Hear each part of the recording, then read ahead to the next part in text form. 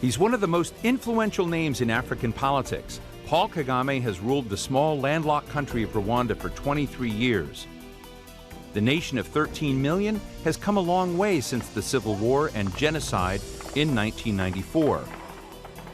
Rwanda's significant progress in education, technology, healthcare, and security has made the nation an African success story.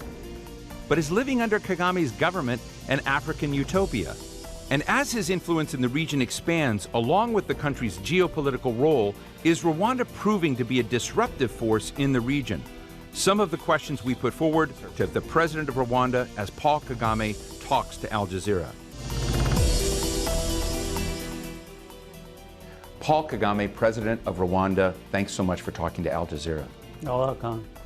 You've been president of Rwanda for 23 years now, and the constitution has been changed so you can be in place for another 10 years. And as history has shown us that individuals who are often in leadership for that long a period of time, sometimes it doesn't end well. How do you see the story of Rwanda proceeding after your leadership? Well, first of all, it's not just the individual that is being elected or that is there for those years. It's also a question of those who enable that person to be there for all that time. So it's an interaction of choices to make by various sections of our population. It's also, of course, a responsibility of the individual like me.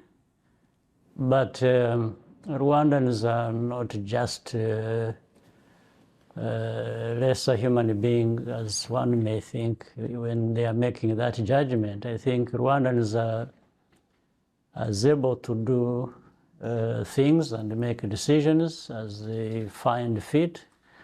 So that's how I happen to be there. And we have made investments as a country in our people. And at the right time, there will always be somebody to step in. Part of the theory of leadership, I think, in Rwanda is the horrible 1994 genocide of Tutsis by Hutus, that terrible experience that in most societies might have led to disintegration of society, but it created a theory of strong centralized leadership to take Rwanda out of that. As you look forward, is that still the basis of leadership, or do you need to legitimate your leadership in other institutions, in other national stories, if you will? Many things in our country are happening just naturally. They take their own course, but of course they build on a number of factors. What is clear is that our society actually did disintegrate in 1994, or even starting a few years before that.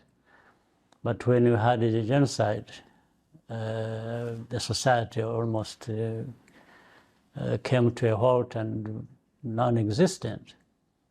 So thereafter, we've been building from scratch. People have been coming together.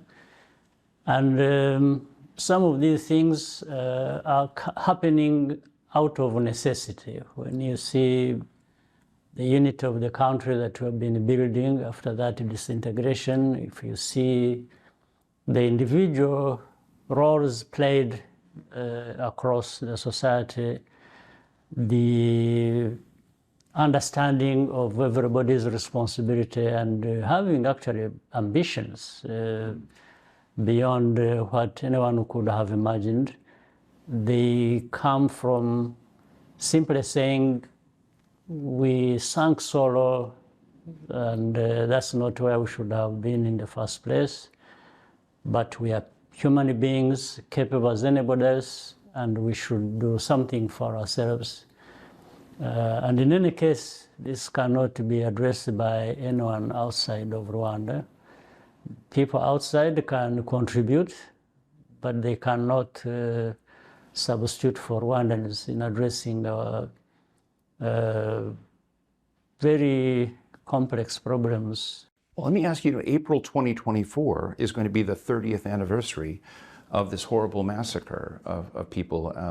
1 million people were killed in this genocide.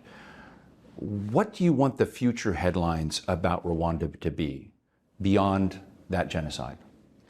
Well, we have to inevitably remember where we are coming from, and that is the history of genocide.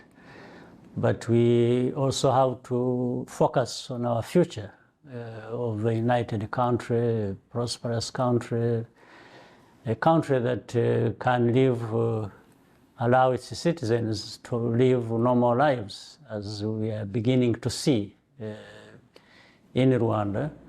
In fact, if you are ignorant of what happened in our past and came to Rwanda, you would think such a thing never happened. But that is a journey we have to travel, and it's a long journey. But the end point we are driving to is to make sure that there is stability, there is freedom of everyone, there is coexistence, there is, above all, social and economic development that well, some other parts of the world have taken for granted. The last time I saw you, when we were in Kigali, you said you woke up that morning and there was a coup in Gabon. And when you look at the coups that are happening, what do you feel is driving? I know each one of these is different in its own way, but what do you think the primary drivers of this political instability are? For me, it's very simple. And well, it stems from the fact that the world doesn't learn lessons. As you see, people don't even learn lessons about what happened in our country. What is happening across the countries where coups have been taking place, people should be asking themselves, are these coups just happening, or they're happening for a reason? And that is something that maybe has been ignored in the past for many years and hasn't been addressed. And that is really, what do you do for the development of these societies in these countries? And people have come to take it for granted that Africa is poor and therefore it must remain as such, which is not true, because Africa is actually very rich, both in terms of natural resources, human capital, you can name it. I don't think there's any geographical space in this world that is so endowed with such things to build on as Africa. But in the end, it comes down to governance. How is Africa governed? How do countries govern themselves? And how, if they are doing that, are putting their people at the center of everything that is being done. So in the end, when you see a coup happening and ordinary people move onto the street and are happy, jubilating because of that, it tells you something. It's not just a coup that people should look at and say, well, this is the beginning, this is the end. There is that story behind. But there is another question that must be raised. All of these, for example, developed countries who are heavily present in every country on our continent, doing all kinds of things, teaching people democracy, human rights, freedoms. Then in the end,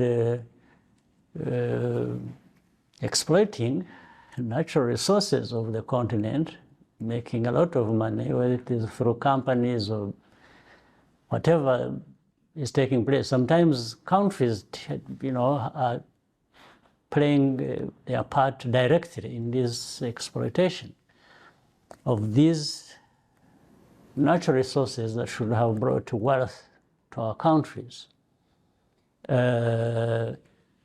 So one would ask, so why are you there for 50 years and you are doing all kinds of things, business, all kinds of transactions, For you, you get better for it, but the people of countries where you are doing it remain impoverished, if not even getting worse. So this is a question that Is that to the everybody French? Is that to the Belgians? Is that to the Americans? Is it the Chinese? All of them, absolutely. Why? Why would you be doing so things worth billions, tens of billions of dollars? Do you think there's a kind of neo-colonialism going on now in Africa? I think there is just total confusion from the beginning. I think colonialism never ended, really. It just changed forms. But I can't also blame others just for it. I think we need to take responsibility ourselves as Africans. Why do we accept such a things to happen? Why do we have almost everything and that works to benefit others more than we benefit from them? There are different ways of correcting that. Why don't we do that? So, I mean, sometimes you may complain or you may blame the exploiter, but even the exploited should be blamed.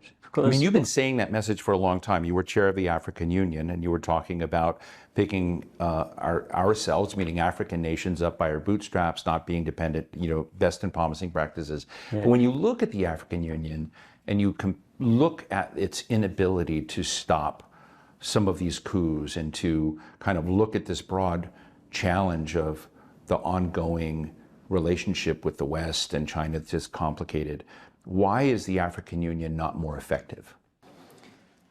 Well, the African Union is not more effective simply because the countries that make up this African Union, ourselves, we have a problem.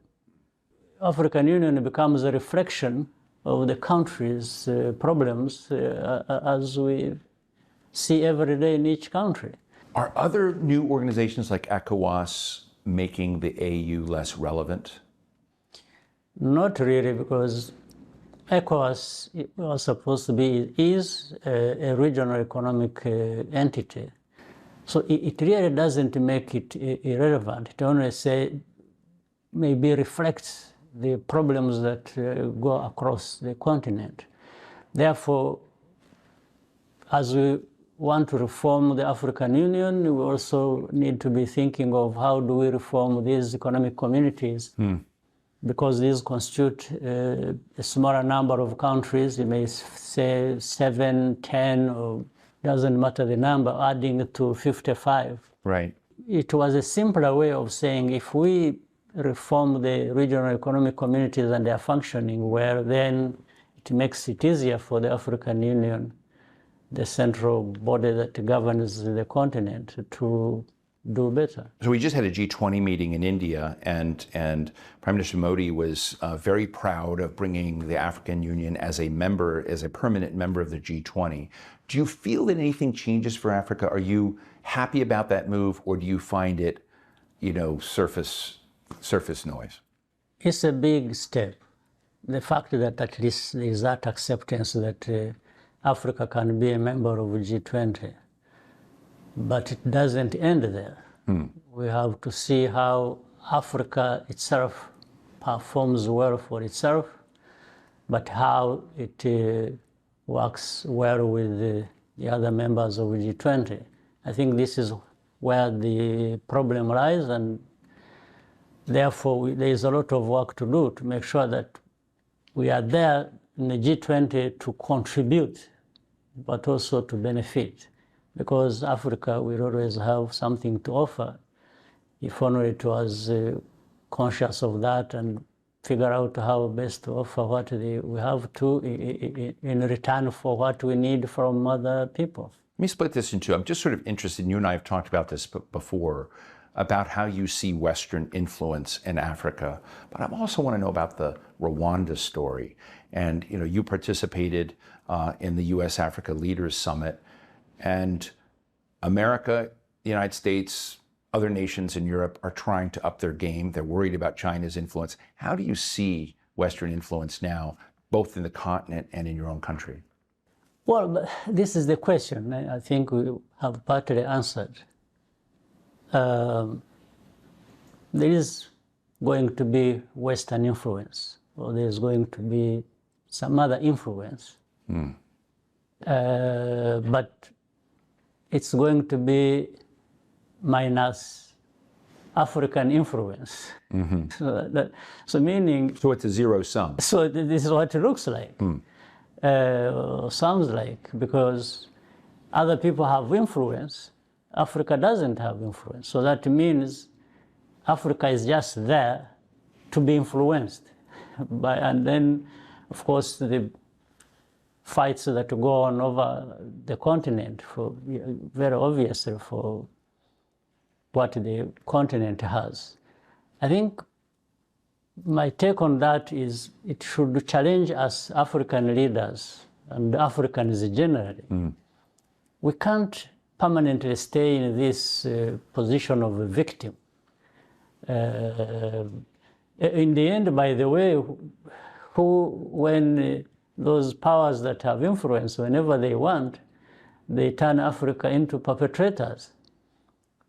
So on one hand, we're either victims or we are pointed to as perpetrators of different crimes, things like that. Now, to weave in the story of Rwanda, we have to say we are good students of history ourselves. We learn from what has happened to us or what we see happening around us. And given what has happened to us, and at the time we needed anybody's help, it didn't matter who that was. And the West having such a power to really bring to a halt to what was happening in Rwanda, and they didn't. In fact, not only did they not do that, they even doubled up on doing nothing. And also in the background, part of the cause of what happened in Rwanda comes from the West. If you look at the colonial history, and later on, even after when the country got independence, and the different,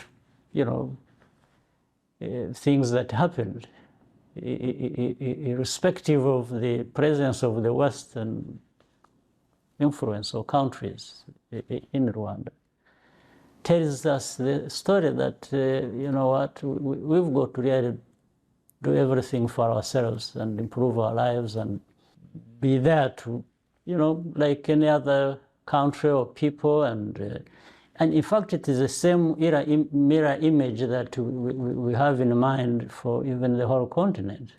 Why doesn't the continent say, no, we cannot be like this for this too long? And we need to have interaction with the rest of the world and create that equality that is necessary for any human dignity and society. So one of those colonial legacies of, as I understand it, Belgium and Germany and Rwanda was creating really distinctions inside your society between Hutus and Tutsis, creating, based on height, based on nose, based on socioeconomic class.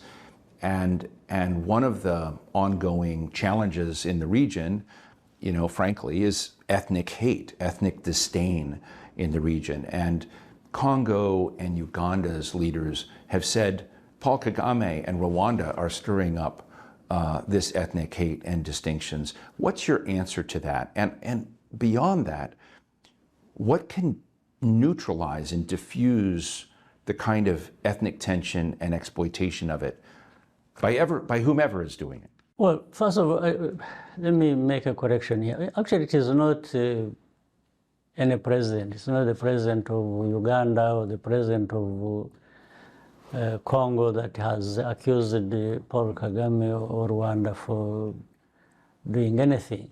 It actually has come from outside. It comes from the very powerful, the very educated, the very people who want to teach the rest of the world what to do and what not to do, they are the ones who are saying that, who have said that.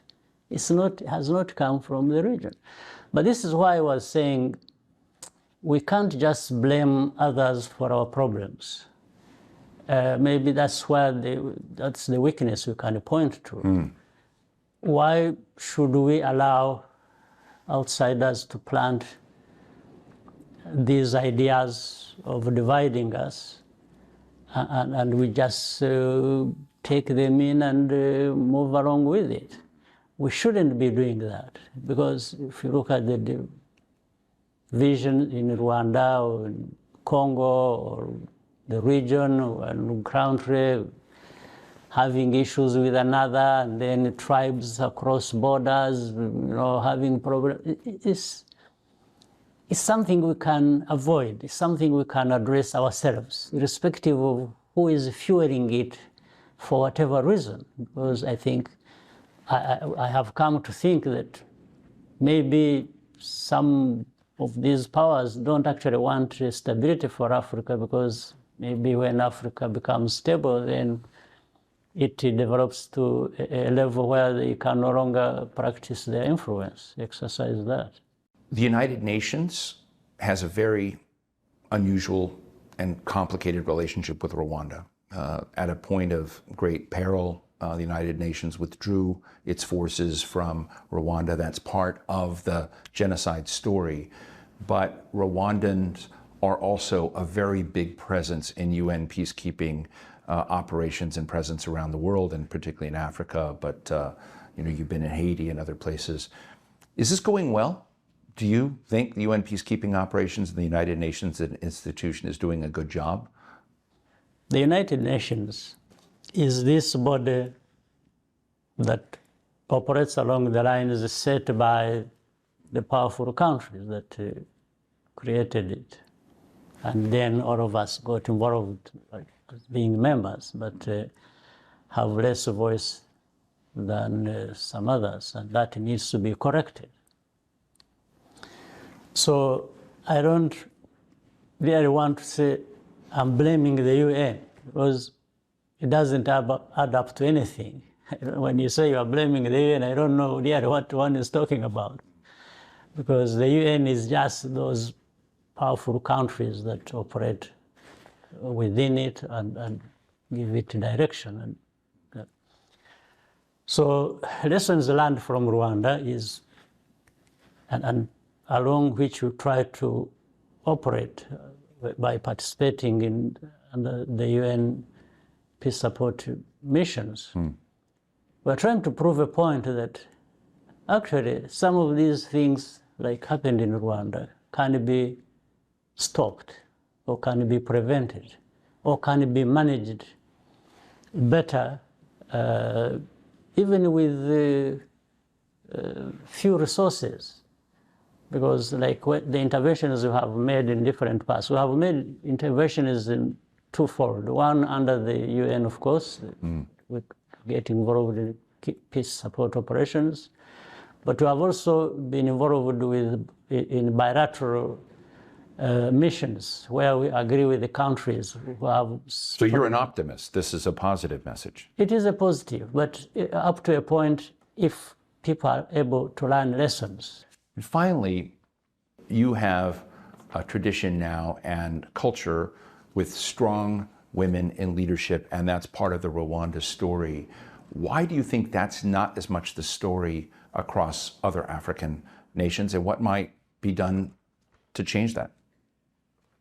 Well, it is the story across the continent. Many other countries, even before we started doing what we are doing, we are talking about the same thing of how to elevate women in of these societies to participate, to be, like any other citizens of our countries. There was that story, but always the difference is made by, do you follow through? Do you implement? Do you execute these plans and intentions and claims you make about what you want to do for your people. This is the biggest difference. Women constitute 52% of, close to that, 51 point something, of our population. How do you disregard 51% or 52% of your population and just say you will go with the other? It doesn't make sense. So there is a logic, there is understanding, there is a commitment behind everything we are doing. Well, Paul Kagame, President of Rwanda, thank you for talking to Al Jazeera. It's a pleasure. Thank you.